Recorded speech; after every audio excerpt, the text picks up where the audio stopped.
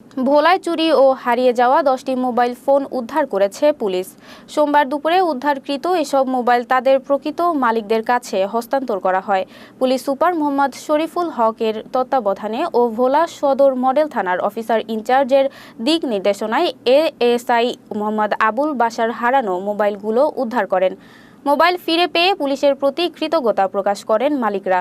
এ সময় কারো mobile phone হারিয়ে গেলে সঙ্গে সঙ্গে থানায় সাধারণ ডায়েরি করার পরামর্শ দেন অতিরিক্ত পুলিশ সুপার আসাদুজ্জামান। আমরা নিয়মিত কার্যক্রম পুলিশিং যেটা চালাচ্ছি সেইটার প্রেক্ষিতে যে সমস্ত হারানো মোবাইল জিডি করা হয় তার প্রেক্ষিতে আমাদের বাংলাদেশ পুলিশের একটা গুরুত্বপূর্ণ ভোলা জেলা পুলিশ তার একটা শাখা সেটা যে ভোলা সদর থানার এসআই বাশারের নেতৃত্বে কিছু সদস্য নিয়মিত কাজ করতেছে, একই সাথে ডিবিও কাজ করে।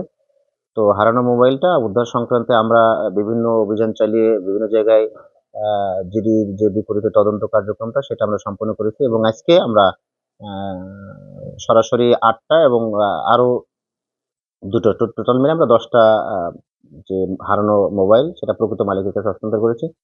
আমরা সতর্ক করি যাতে মানুষ সচেতন হয়, একই সাথে মোবাইল যাতে হারায় না যায় সেই সংক্রান্তে বলি যে আপনারা সচেতন হবেন এবং কোনো কিছু যদি কেউ বিক্রি করে হারানো মোবাইল সেক্ষেত্রে আপনারা একটু সতর্ক থাকবেন যে চার্জার নাই, এটা বোঝা যায় চুরি মোবাইল, বা দেখা যাচ্ছে যে কখনো কাগজ থাকে না, সংশ্লিষ্ট কাগজ থাকে না, এই ধরনের মোবাইলগুলো ক্রয় করা ঠিক হয় না, কারণ অনেক সময় জিডি করা থাকে। এই ধরনের মোবাইল ক্রয়ের ক্ষেত্রে একটু হয়রানি হওয়ার সুযোগও থাকে।